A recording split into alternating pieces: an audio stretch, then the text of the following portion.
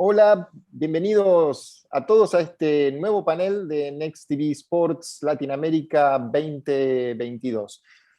Los deportes electrónicos, los esports, como todos realmente los conocemos, no paran de crecer en todo el mundo. América Latina no es la excepción a esta regla.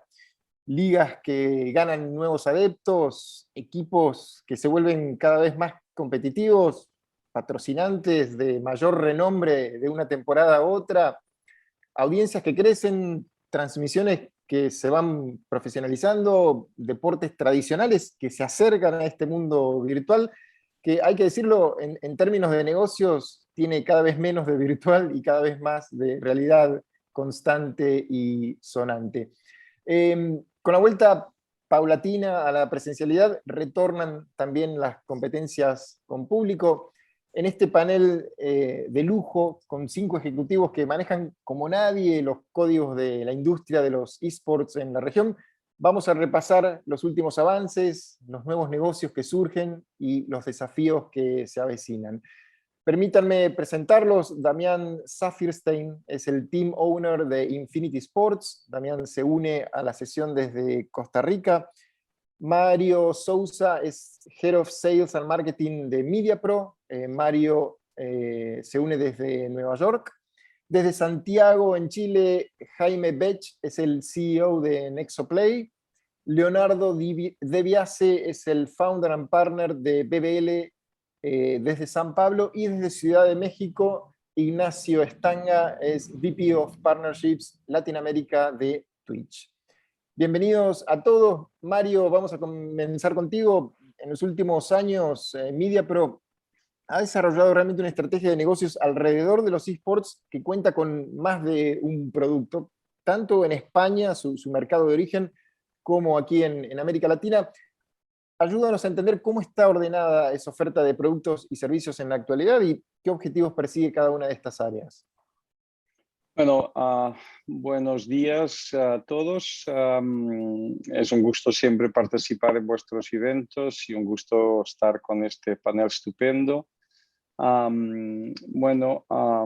verdad es que MediaPro desde hace bastantes años digamos, ha entrado en este mundo de los esports, primeramente como productor de contenidos para otros, porque este es nuestro corazón, tanto la producción técnica como la propia idealización del contenido, la producción ejecutiva. Pues nos hemos entendido que el negocio en sí merecía, antes de que ganara dimensión, merecía otro approach, y ahí hemos entrado con 2 inversiones importantes. Uno, con la entrada digamos, en el capital de la Liga de Videojuegos Profesional de España. Primeramente estaba en España, mientras que ya tenían algunos digamos, intentos por Latinoamérica, naturalmente. Y a partir de ahí la hemos intentado desarrollar, no solamente de forma profesional para continuar a ser la líder de la operación y la referencia en España, pero también de expandirse de forma internacional, primero en su mercado natural, que es Latinoamérica, o en todos los países de habla hispana.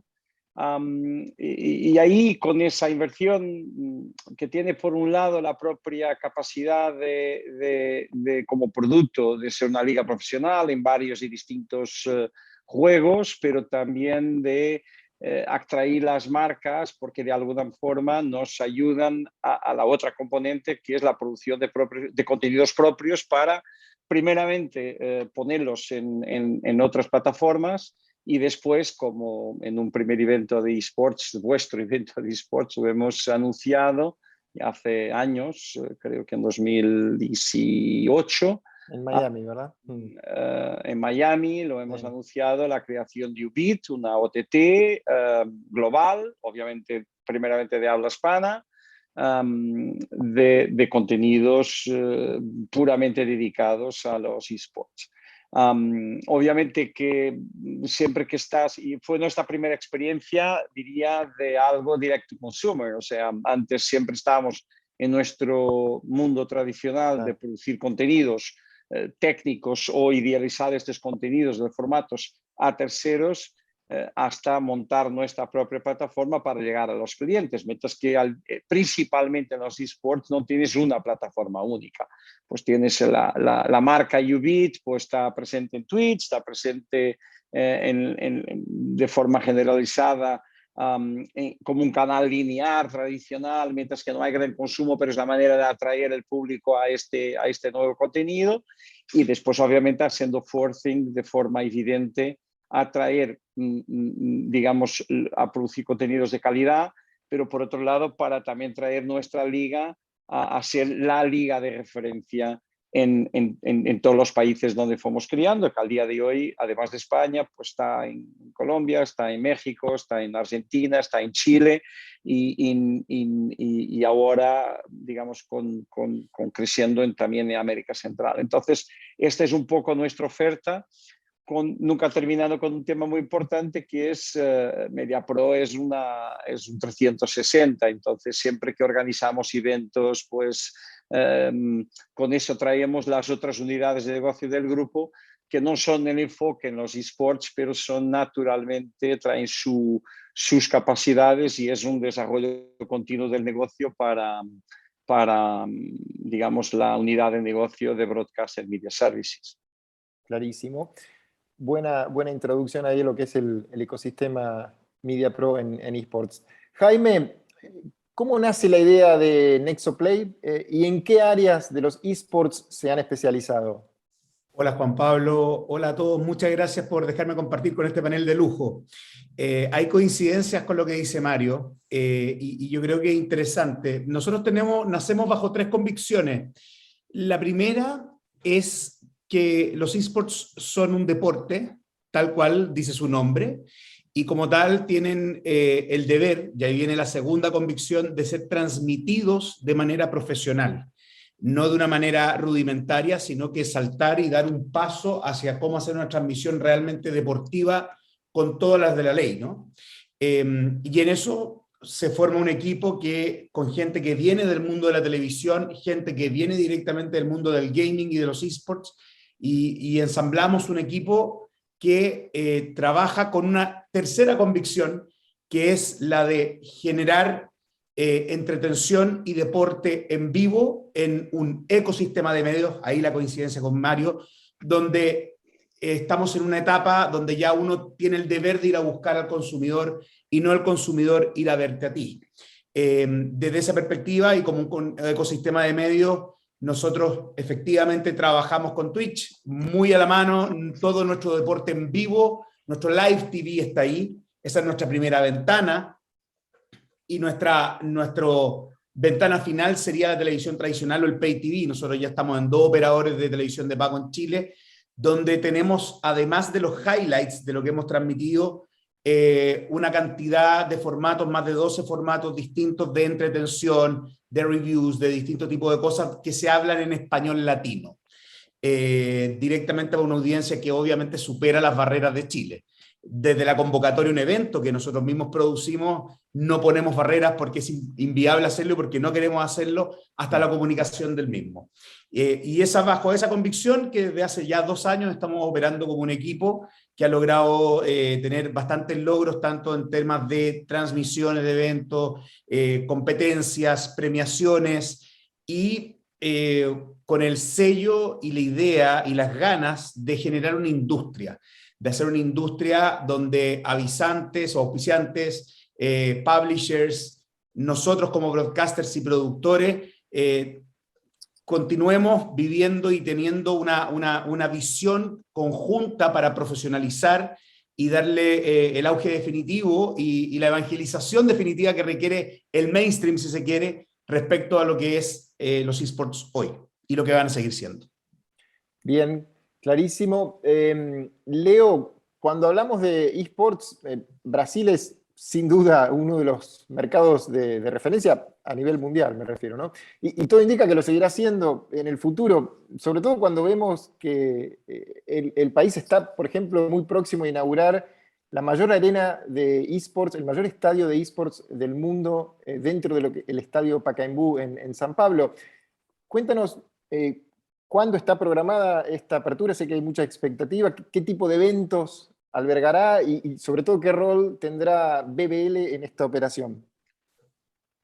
Gracias, Juan. Y bueno, hola a todos mis amigos acá. Y bueno, estamos muy contentos con todo lo que está a pasar en el proyecto de la Arena Pacaembu. Y estamos listos para empezar ahora en junio. Vamos a hacer un gran anuncio de la atracción, de todo lo que va a pasar. Y por supuesto que queremos tener una agenda muy completa por todo el año. Entonces, por ahora estamos con una arena provisoria que va a quedar en el centro del estadio de Pacaembu, porque todo el resto está por la construcción, que va a pasar casi 2 años. Entonces, la arena definitiva, que con todo listo, estará para hacer una apertura como 2024. Vamos a tener eventos por todos estos años, y no solo eventos de esports. Entonces es como una arena multiuso. Entonces vamos a tener shows, vamos a tener eventos corporativos y muchas cosas más. Algo como activaciones de marketing con empresas que tienen en su core algo como el mismo público, las mismas personas que estamos siempre hablando. Entonces estamos con una voluntad muy grande de hacer todo eso, arrancar con todo eso, porque va a ser muy importante para toda la industria. Muy bien. Apertura transitoria, entonces periodo de transición hacia una apertura definitiva en 2024 con Exacto. o más grande del mundo, como nos gusta decir aquí, que es por más que sé que está mal pronunciado. Ignacio, a Twitch no hace falta mucha introducción, creo que todo el mundo aquí, sobre todo toda la audiencia presente, va a saber lo que es Twitch. Sí me gustaría preguntarte cómo impacta en el ecosistema de negocios de Twitch cuando vemos que streamers pasan a ser atletas tan reconocidos como el Kun Agüero, que recordemos tiene un club de esports propio en el cual Twitch está íntimamente asociado desde sus inicios. Es una de las novedades relativamente recientes que hemos comenzado a ver. Me gustaría que nos expliques cómo impacta, qué impacto tiene en el ecosistema de negocios de ustedes este fenómeno relativamente reciente. Sí, muchas gracias por la pregunta y también, bueno, buenos días a todos los que están viendo y también a los demás panelistas. Realmente creo que, bueno, cuando Sergio apareció, o sea, para nosotros fue, creo que lo mejor que nos pasó en un año bastante difícil, era el 2020, me acuerdo. Y, o sea, no solo se sumó también, por ejemplo, Memo Ochoa, es el famoso portero acá de México, Miguel Layún también de la selección mexicana, Totito Salvi, o sea, hemos tenido realmente varias estrellas que se han ido sumando y para nosotros significa muchísimo porque empiezan a mostrar que Twitch es una plataforma donde la gente puede hablar de la vida realmente. No necesariamente tiene que estar siempre jugando un juego o algo, a veces el cool único que hace es hablar de cómo le fue en la vida, o de tal torneo, de las mejores patadas que ha dado y le han dado a él. Entonces la gente dice, puedo hacer eso, buenísimo, y hemos tenido gente como hasta Tinelli, por ejemplo, haciendo stream en Twitch, que para nosotros ha sido muy loco de ver, porque cuando nosotros comenzamos, por ejemplo, con Twitch, incluso como creador de contenido yo en el año 2011, lo que menos me iba a imaginar es que iba a tener a futbolistas haciendo stream en Twitch, hablando de la vida, o compartiendo cosas con los espectadores, y a nivel negocios realmente abre muchísimas puertas porque obviamente un cliente ve eso, un Coca-Cola, un Pepsi, y dice, buenísimo, no es esa audiencia súper de nicho que yo me imaginaba, que realmente es para cualquiera la puede usar, puede transmitir y contar cualquier experiencia que quiera. Entonces sí, nos ha abierto, perdón, muchas puertas, y sí siento que es algo que del día de mañana realmente, si me preguntas qué va a pasar dentro de 2 años, no me lo puedo imaginar porque jamás me hubiera imaginado que íbamos a tener a todas estas superestrellas acá en Twitch. Bien. Damián, Infinity se afianza como uno de los equipos de mayor prestigio en la escena latinoamericana de los esports. ¿Cómo ha evolucionado en estos últimos 2 años la visión de las marcas y los grandes patrocinadores con respecto a las oportunidades que brinda asociarse a un team profesional? Hola, ¿qué tal? Muy buenas tardes a todos. Gracias por la oportunidad de compartir. Bueno, pues, a ver, Infinity como club, evidentemente se ha logrado constituir como un referente en la industria en Latinoamérica, y trabajando muy bien con las marcas, ¿no? Un poco también los socios que nos hemos sumado a Infinity desde el 2018, que venimos todos el mundo corporativo de empresas, tenemos mucha experiencia trabajando con marcas, entonces eso le imprimió una aceleración muy grande, ¿no? Fuimos el primer club en incorporar marcas no endémicas, ¿no? O sea, no las propias de tecnología del sector, sino marcas de consumo masivo, como fue el caso de Gillette, que tuvo el naming por 2 años, y bueno, hoy por hoy trabajando con Subway, trabajando con BMW o BMW, según en donde estés de Latinoamérica, contigo, con un montón de otras marcas, además de las endémicas, ¿no? Como Logitech, etc. Entonces, hay una evolución, las marcas van entendiendo la necesidad de conectar con estas audiencias, como decía Ignacio, o sea, tenés nuevas plataformas. Hay que entender que la palabra que define un poco a esta generación es la diversidad, ¿no? Vos antes, para una empresa, el gerente de marketing, hacer el plan de medios, decir, bueno, voy a poner tanto en televisión, tanto en radio, tanto en revistas, tanto en vía pública, hiciste un plan de medios. Y hoy, para conectar con los jóvenes al menos, te queda obsoleto, ¿no? Salvo que quieras conectar con el target de 70 años, la televisión ya te queda obsoleta, lamentablemente. Y lo digo con tristeza porque vengo de la industria de medios durante más de 15 años de comunicación y vi cómo el negocio fue transformándose, ¿no? Entonces, hoy tenés que tener... Y lo desafiante e interesante de esta era es que no hay una solución mágica. No es que decís, bueno, voy a trabajar con Infinity y tengo todo resuelto, voy a hacer pauta en Twitch y ya está. Es una construcción permanente, ¿no? Por justamente esta diversidad, porque las nuevas generaciones habitan en distintas plataformas. Y bueno, creo que en Infinity nos tratamos de especializar justamente en eso, en tratar de ir leyendo por dónde van, en qué plataforma habitan, y hacer construcciones permanentemente, ¿no? Entonces, creo que ese es un poco el camino, ¿no? Porque no hay una receta mágica hoy por hoy. Bien, buen punto. Definitivamente voy a volver a ese punto, dónde están habitando las audiencias hoy. Me gustaría hacer una apertura a todo el panel sobre ese punto. Mario, hablando de clubes de deportes, el Barcelona, el famoso Barça, anunció recientemente su ingreso a la LVP. En América Latina también cada vez son más los clubes tradicionales, profesionales de primera línea que se suman a las ligas de esports. ¿Qué indica a tu juicio este fenómeno? ¿Qué importancia tiene también para el crecimiento de la industria?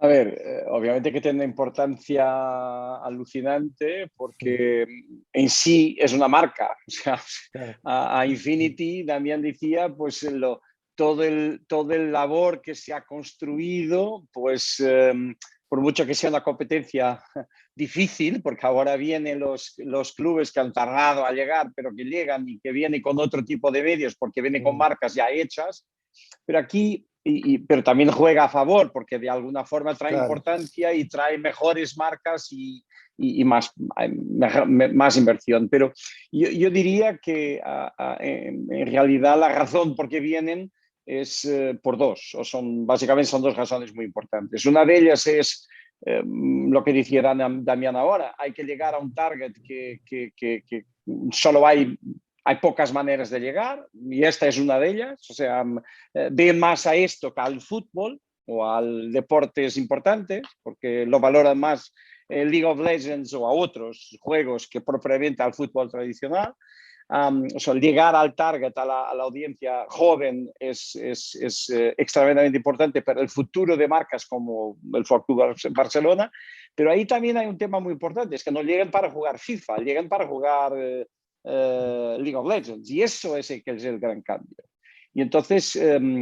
Eso es lo que está sucediendo. El Barça se unió para jugar, aclarémoslo, ¿no? No es para jugar. Va a jugar League of Legends. Claro, exacto. O sea, no va a tener un equipo de jugar FIFA, va a jugar lo que juegan los jóvenes en realidad. Entonces, y que dice League of Legends, dice todos los juegos, porque esto es una dinámica que no es como el fútbol, que es siempre lo mismo, ¿no? Aquí mañana aparece otro juego. Hay algunos que tardan un poquito más fuertes y se van reinventando, pero lo que es importante arriba de todo, al final para los clubes de fútbol, los clubes ya de fútbol, esto en Estados Unidos, aquí el soccer importa poco, pero en baloncesto importa mucho, para dar un ejemplo, los de NFL, y que es ganar. Y entonces aquí hay otra vertiente muy importante, que no es solamente una cuestión de atraer audiencias y el fan engagement de esta generación, pero arriba de todo, una cosa muy importante que es para un club de alta dimensión, como es Fútbol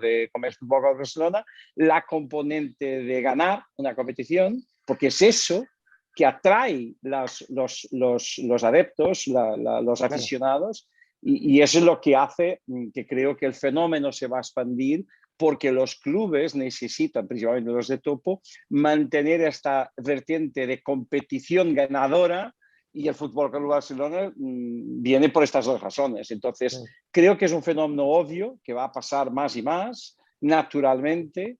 Obviamente mucha discusión, mucho cuidado, porque, pues claro, un determinado juego de más o menos violento, entonces como esto afecta a la otra audiencia que dice, no, que es mi club no es de eso, pero estamos hablando de otro tipo de relación, un otro target que no lo entiende de esa manera y que lo que entiende es, hay una competición, hay un negocio y hay, digamos, las marcas, no solamente las marcas que aportan plata como sponsoring de todo esto, pero también las marcas que aportan credibilidad a todo esto son importantes. Y los clubes de topo, pues naturalmente van a entrar.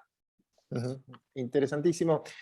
Leo, este acercamiento cada vez mayor entre los deportes tradicionales y los esports, como bien lo explicaba Mario, está despertando el interés de patrocinantes históricos que vienen por ahí del mundo, los no endémicos, como los describía Damián, del fútbol o de la Fórmula 1, que empiezan a volcar su mirada en los deportes electrónicos. Cuéntanos en qué consistió y qué importancia tuvo en este contexto el proyecto de Fórmula 1 con Heineken que desarrollaron el año pasado. Fue muy importante porque fue el primer que Heineken hizo con tanto Fórmula 1 y con los videojuegos. Y una experiencia que Fue su primera salió... experiencia a nivel mundial de Heineken, ¿no? Sí, sí, sí, Claro. sí. Estaban con una campaña para promover su Heineken cero de grados. Sí, Entonces, sí. Entonces, una experiencia que salió del ambiente virtual. Entonces, estaban como estagios en locaciones en San Pablo, y para en el final tener un gran evento adentro del autódromo de la Fórmula 1. Y bueno, es muy importante porque es una cuestión de conexión, ¿sí? Entonces, las marcas, principalmente las marcas que llamamos de non-endémicas, ellas están mirando cómo volver a hablar con este público, con este algo. Entonces, los videojuegos son una decisión perfecta para ellos, porque, y bueno, ellos no están en las plataformas tradicionales, esos chicos están en Twitch, están en las plataformas digitales, y ellos que están siempre con hasta una dificultad de atención muy grande, porque tiene una oferta de contenido gigante, de streamers, de empresas como BBL, de grandes ligas, de grandes clubes. Entonces, para atraer a esta atención, las marcas están, por su parte, entendiendo que es muy difícil para ellos simplemente crear algo de la nube, ¿no? del cero, y que la audiencia estará lá para hablar con ellos. No, entonces ellos ahora están casi como una transformación de que serían los deportes tradicionales, donde ya existen las ligas, ya existen propiedades que son muy, muy exitosas, que ya tienen una audiencia gigante. Entonces las marcas están hablando con las empresas con ese proyecto para hacer una inversión, patrocinio, de todo eso. Y con eso, una creación de como un shoulder content o otras propiedades que hablan con esta propiedad principal, y para tener una conexión real con su audiencia. Entonces, este proyecto de Heineken fue, como dicen, muy, muy exitoso. se ganó una premiación de toda la compañía de Heineken como un proyecto, de innovación, de conexión con su audiencia. Entonces, se quedan muy con una voluntad de hacer de nuevo. Uh-huh. Ignacio, hablábamos recién del Barcelona y la Liga Española hace algo menos de 2 años se convirtió en la primer gran competición deportiva europea en unirse a Twitch. ¿Cómo ha evolucionado desde entonces ese modelo de alianzas con las grandes ligas deportivas y qué tipo de contenidos y formatos se adaptan mejor a los patrones de consumo de la comunidad de Twitch? Sí, creo que realmente ha evolucionado muchísimo. O sea, hoy en día no es para nada raro ver, por ejemplo, la NBA en el canal de Gaulés, ver la Fórmula 1 también, la Fórmula E en algunos canales. Es algo loquísimo que creo que lo que hace que funcione mejor siempre es la interacción. O sea, nosotros en el caso, por ejemplo, de Gaulés, lo que vimos que era muy interesante era que incluso el canal oficial de la NBA, que es en YouTube, tenía menos espectadores que el canal de Gaulés, que es un pibe que habla de básquet porque le gusta, ¿no? No es realmente porque es un súper experto. Y es porque la gente quiere tener esa conexión, quiere poder preguntarle algo al comentarista, sacarse una duda y que se lo digan casi en tiempo real. Entonces creo que nos ha pasado con varias ligas que a veces les cuesta un poco entender eso. Obviamente el modelo de negocio siempre es un problema porque muchas de estas ligas están acostumbradas a lidiar con OTTs, con canales de televisión que dicen, bueno, tanta cantidad de dinero por tener estos derechos para poder pasarlos en mi canal. Y en Twitch es muy distinto lo que nosotros planteamos. Realmente queremos que exista esa interacción, queremos que más gente se entere del contenido y se puede hacer un co-streaming, por ejemplo, que todos los streamers de la plataforma pueden transmitir ese contenido para llegar a más audiencias, sería siempre lo mejor. Entonces es a veces un poco complicado, pero una vez que lo entienden y ven la propuesta de valor de nuestro lado, ahí realmente es como que hacen clic y se enfocan mucho más en la interacción. Dicen, ok, ¿qué podemos desarrollar, por ejemplo, con extensiones en Twitch? Y en el caso, por ejemplo, de la NBA con la G-League, que es como la segunda división de ellos, ahí dijeron, bueno, tenemos una extensión para la gente que tal vez no conoce a todos los jugadores que van a eventualmente llegar a la NBA o a los equipos de la G-League. Ahí con esa extensión no se puede sacar todas las dudas y también educan mucho a esta audiencia que tal vez no tenía ni idea y ahora de repente son fanáticos de la G-League, como por ejemplo en mi caso, que me gusta seguir la segunda división de Argentina, soy de Atlanta, entonces, o sea, si alguien no sigue la segunda división es medio complicado porque no sabes los equipos, los jugadores, nada así, o sea, realmente son bastante desconocidos comparados con las grandes superestrellas. Entonces, creo que le haría la vida mucho más fácil al que tal vez no tiene idea, pero quiere meterse en ese mundo. Y lo bueno es que es para todo el mundo. Entonces, por ejemplo, puede interesarme por la segunda liga de básquet de Estados Unidos y puedo sacarme dudas al respecto todo en tiempo real. Y me acuerdo que una cosa linda que hicimos fue que todo el mundo podía retransmitirla. Entonces, la podías ver en el idioma que se te cantaba con también los streamers que más te gustaban a vos. Entonces, eso creo que es lo que está revolucionando mucho hoy en día, pero sí cuesta, obviamente, ese paso inicial en el que nos ven como una OTT, como si, ok, bueno, pero ¿cuánto paga la gente para suscribirse y tener acceso a los canales de Twitch? Es como, no es tan así, somos otra cosa distinta, pero una vez que lo entienden y saben que va de la mano con la interacción, ahí es cuando realmente explota todo eso. Uh-huh. Damián, hice una recorrida por todo el panel del impacto que está teniendo este desembarco del deporte profesional tradicional en los eSports. Me gustaría obviamente aprovechar la oportunidad de que eres el representante de un equipo de eSports para preguntarte si tienen en general alguna ventaja competitiva. Creo que Mario hacía alguna referencia sobre esto.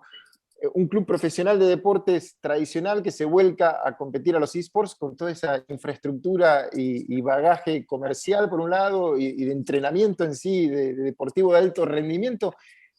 ¿Hay alguna ventaja allí y, digamos, les genera al resto de los clubes una motivación especial? Por ejemplo, ganarle a un Boca o a un River en un partido de League of Legends. ¿Cuál es la visión desde el equipo deportivo de eSports? Buenísimo, gracias por la oportunidad de vuelta. Y mirá, que haya 2 hinchas de Atlanta en este foro ya es una locura, ¿no? Pero bueno. Perdón que no sé el ejemplo de Atlanta para ver si le generaba un incentivo adicional. No, es muy bueno lo que decís, a ver, y es necesario. Pero a ver, no solo son empresas, no son solo clubes de fútbol que se están metiendo en el tema de los eSports. También hay empresas. Mirá el caso de Globant o distintas empresas que buscan justamente crear este canal para poder conectar con los jóvenes, ¿no? Entonces, nosotros con nuestra productora, además de Infinity, nosotros tenemos una productora donde damos asesoría Y bueno, estamos trabajando con Saprissa en Costa Rica, que es el actual campeón de la LVP, acá está Mario, de la Elements League de Centroamérica y Caribe. Nosotros los asesoramos y los acompañamos en todo este proceso, y bueno, también estamos conversando con algunos clubes de fútbol de México, porque tienen la necesidad de conectarse. Pero es interesantísimo todo lo que está pasando en este ecosistema, porque, a ver, yo tengo 47, casi 48 años, y soy, obviamente, fan del fútbol y la NBA, pero cuando consumo los partidos de fútbol, ¿para qué si puedes ver los highlights en YouTube, por decir una plataforma, ¿no? Ya un partido de fútbol es lo que sucede mientras estás con el teléfono, ¿no? Entonces, la entrada de clubes de fútbol es importantísima, está buena, pero no necesariamente es lo que las ligas quieren tampoco, porque no es lo mismo lidiar con un club de esports que lidiar con un club de fútbol que viene con su peso específico. Entonces, muchas veces las ligas también son medias reacias a decir, bueno, vamos a ver cómo es la entrada de los clubes de fútbol por la impronta y por todo lo que tienen, ¿no? O sea, tampoco está, digo, una cosa es trabajar con clubes endémicos de esports, y otra cosa es trabajar con organizaciones tan grandes y robustas como los clubes de fútbol, con tantos fans. Pero ojo, porque las nuevas generaciones tampoco son tan fanáticas del fútbol. O sea, verte un partido de fútbol que no pasa nada, que se corta con el VAR, es por momentos aburrido. Vos ves un partido de League of Legends, de Counter-Strike, de cualquier esports, y todo el tiempo hay acción, todo el tiempo pasan cosas. Entonces, las nuevas generaciones no tienen ese sentimiento que por ahí donde nos quedamos nosotros con el fútbol tan arraigado, ¿no? Entonces, creo que es una oportunidad para todos, o sea, los clubes de fútbol poder nutrirse de este nuevo ecosistema, y también los clubes endémicos nutrirnos de todo el expertise que traen los clubes de fútbol tradicional, ¿no? Y entender lo que pasa también, digo, hoy, lo que decía recién Ignacio con Twitch. Nosotros tenemos, además de un club, tenemos un retail también, porque tenemos una arena en Costa Rica, y todo lo que pasa con esa arena también, todas las actividades que hacemos, también hay que streamearlas por Twitch. Entonces, al final, el otro día que hicimos una actividad por el 8M, ¿no? Que también lo que dice Ignacio, no todo lo que sucede en Twitch es esports. Hicimos una actividad por el 8M y había un montón de chicas streameando desde el Gaming Center, y todo sucede, o sea, es un tapping permanente, ¿no? Entre el mundo virtual y el online y el físico, ¿no? Uh-huh. Acá en Brasil ya tenemos partidos de Flamengo y Corinthians. Y Corinthians. Entonces, ¿En la qué rivalidad disciplina? es muy, muy gigante. ¿En qué disciplina? Estamos con Free Fire, que es Okay. el fenómeno de mobile. Uh-huh. Gigante. Y Flamengo ya estaban con nosotros en un proyecto muy, muy interesante, porque estaban a procurar un nuevo equipo para las disputas de Wild Rift, que es el otro mobile de Riot. Y nosotros hicimos juntos un reality show, y llamamos a Motorola para ser el principal sponsor, y el producto se quedó perfecto. Entonces tenemos ahora un equipo de Flamengo que ya todos los conocen, porque estaban mirando su reality show, que estaban con toda la estructura, claro, como un BBB. Claro, sí, sí. Jaime, ¿cómo están balanceando los criterios de producción a la hora de planificar las emisiones en lineal versus el contenido en las distintas pantallas digitales? ¿Cómo es ese balance? Sí, yo algo te lo mencionaba antes, y un poco tomando lo que ha dicho Ignacio y en realidad todo el panel, yo diría que hay primero un proceso de evangelización de las marcas.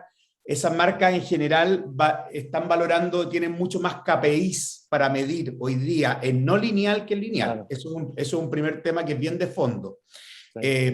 Y ahí es donde uno demuestra efectivamente dónde pone las fichas. Las fichas hoy día hay que ponerlas en términos del evento en vivo, en digital. Eso no cabe ninguna duda.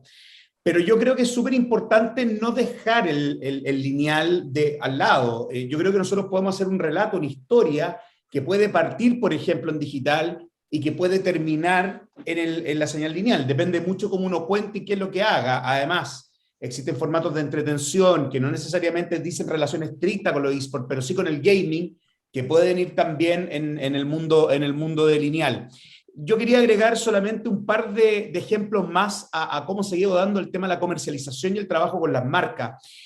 Nosotros tuvimos la oportunidad de premiar, hacer una premiación hace muy poco, auspiciada por Old Spice, a toda la industria latinoamericana y chilena, que fue muy exitosa, tan exitosa que se nos acercó Chilevisión, que ahora es propiedad de Viacom en Chile, y nos pidió transmitir directamente en conjunto a toda su red digital.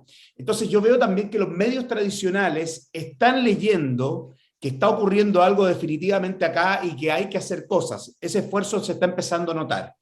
Y lo otro que quería contar es que una farmacia, una cadena de farmacias que se llama Salco Grande en Chile, se nos acercó también para ver qué podíamos hacer juntos en el verano. Y dado que Mobile, todos sabemos acá que Mobile crece mucho, Leo lo acaba de dar como ejemplo, les propusimos hacer un Summer Challenge junto con toda la línea de bronceadores.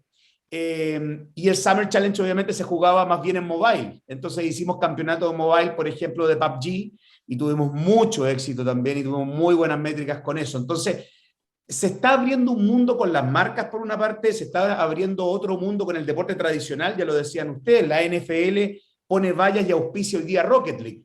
Entonces, se está dando un fenómeno también de jugadores y animadores, como bien decía Ignacio en el caso de Tinelli, pero está el caso obviamente del Kun Agüero, pero en Chile también está el caso de Gary Medel, que juega Fortnite y que jugó con nosotros Fortnite junto con sus hijos. Entonces, eso se está generando y estamos viviendo una etapa de crossover que creemos, todos esperamos en este panel, por supuesto, que va a terminar desembocando en que definitivamente esta tendencia va a ser un mainstream y que llega para quedarse. Mario, esta explosión que evidentemente surge a raíz de esta discusión de los eSports, este crecimiento explosivo tomó inicialmente por sorpresa a las empresas de medios tradicionales. Creo que aún hoy siguen sorprendiéndose, y si escucharan el contenido de alguna de las cosas que se están diciendo acá, no dejaría de ser el caso. Operadores de TV paga, canales de TV por cable, canales de TV abierta, me refiero a todo este mundo tradicional de la televisión. ¿Por qué crees que le ha costado tanto acoplarse a estos nuevos contenidos y encontrarles una beta comercial? A ver, una buena pregunta, pero creo que Ignacio lo agradecerá mucho, que han estado distraídos, eso está más que claro.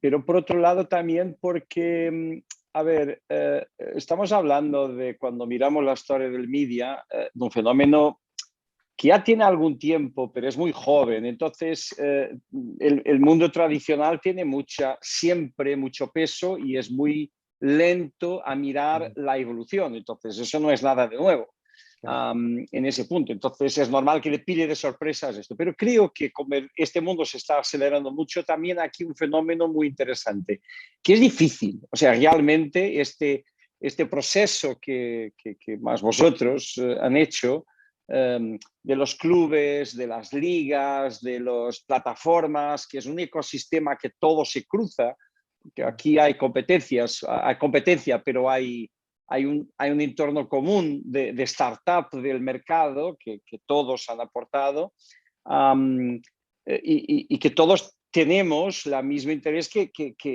evolucione. Entonces, se ha empujado todo para el mismo sentido, pero ha sido muy difícil porque se ha intentado y se ha fallado, se ha intentado y se ha fallado 1000 veces. O sea, no fue un proceso.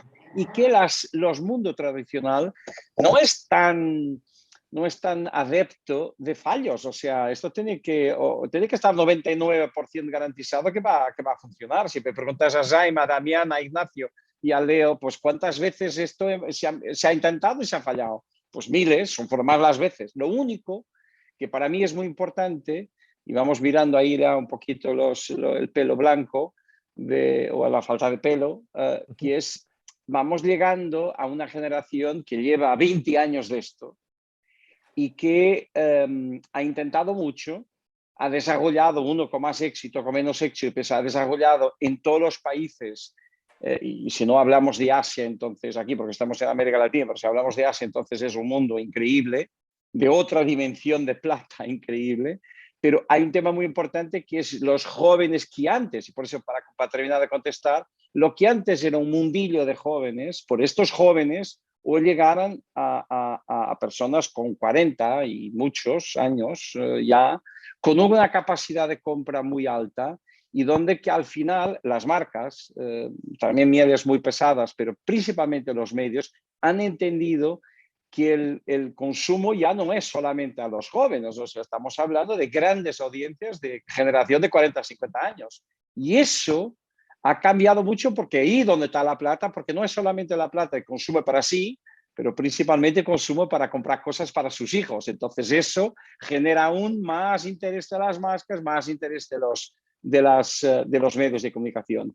Han pillado de sorpresa y termino como empecé. Afortunadamente hubo alguien que tuvo visión de eso, algunos de nosotros, MediaPro por supuesto, pero Twitch, por ejemplo, ha aprovechado de forma clara esa distracción que han tenido los medios tradicionales para ocupar su espacio. Bien. Vamos terminando, estamos ingresando en los últimos 5 minutos. Una pregunta para Jaime y para Leo, desde un punto de vista puramente de producción televisiva. ¿En qué áreas será necesario dar un salto de profesionalización o de innovación para convertir las competencias más convocantes de eSports en verdaderas transmisiones deportivas de masas, como sucede hoy, para poner un ejemplo con el fútbol femenino, para citar un ejemplo de un deporte que en cierta manera pasó de ser de nicho a algo completamente masivo? ¿Qué les parece? Jaime y Leo, un minutito cada uno. Ya estamos. ¿Ya estamos? ¿Sí? A ver. Ya estamos con ¿Sí?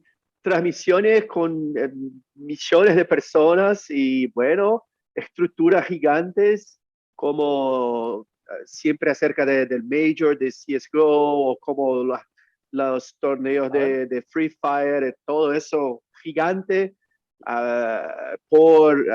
Creo que antes de la pandemia estaba como el récord de YouTube de una transmisión fue el torneo de Free Fire, the World Finals de Free Fire. Entonces, yo creo que por ahora lo que yo sé que todos acá están trabajando mucho y hablan mucho de eso, que el cambio que vamos a tener más para realmente ascendernos como el deporte más mainstream y todo, es plata.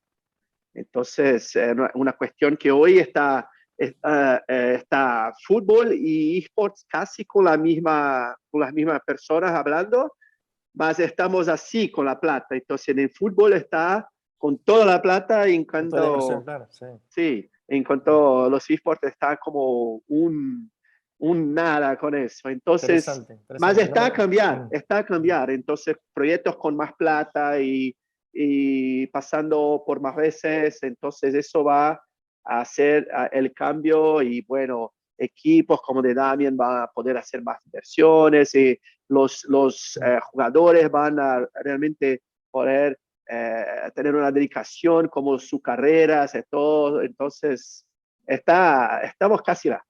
Bien. Yo concuerdo plenamente con Leo, solo quisiera agregar junto con eso, es que para aquellos que quizás no están tan enterados, es que además hay un avance muy interesante respecto a cómo son las transmisiones deportivas hoy, en términos de que la propuesta audiovisual ya no es este picture donde tú jugabas y tenías 4 horas de un pitcher y 2 casters hablando. Hoy día tienes transmisiones que tienen una previa muy bien hecha, con estadísticas muy bien hechas, que tienen muchos observers en la cancha para poder transmitir y switchar una experiencia igual que en un partido real, ¿no? Entonces, esa profesionalización, sumada al hecho de que al ser un medio uno puede proveer de ser un safe place para todas las marcas, hace que claramente esa balanza de la cual habla Leo se debiera tender a inclinar en los próximos años cada vez más. Esperamos todos. Bien, clarísimo. Nos queda un minuto. Ignacio, cierro contigo. En general, los observadores de los medios tradicionales insisten que las transmisiones en vivo, entre ellas las de deportes, serán prácticamente las únicas que sobrevivirán en el interés por lo lineal. Ahí Twitch, como plataforma que no solo, digamos, streamea en vivo, sino que agrega un elemento de conversación entre el público y permite monetizar los contenidos. ¿Qué rol jugará la plataforma en esta discusión? Si podemos, en 40 segundos y cerramos. No, creo que el rol de Twitch ahora se va a expandir muchísimo más. Yo realmente creo que va a ser, o sea, con todo lo que ha ido cambiando últimamente, o sea, pasamos desde no transmitir nada más que videojuegos en el 2014 a tener, por ejemplo, ahora, como decíamos, Fórmula 1, superestrellas del deporte, etcétera. Creo que a medida que vamos entrando más en el futuro nos vamos dando cuenta de lo mucho que se puede expandir el negocio de Twitch, pero es difícil hacer una predicción. Hace 2 años nunca me hubiera imaginado que íbamos a estar viendo un Grand Prix en Twitch y que iba a estar siendo comentado por uno de los streamers más grandes de Brasil.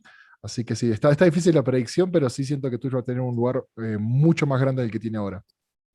Muy bien, muchísimas gracias a los 5. Ha sido un panel súper interesante, espero que la audiencia así lo haya visto. Continuamos con el evento, en unos minutitos nomás nos encontramos para el próximo panel. Muchas gracias. Muchas gracias. Chao, hasta luego.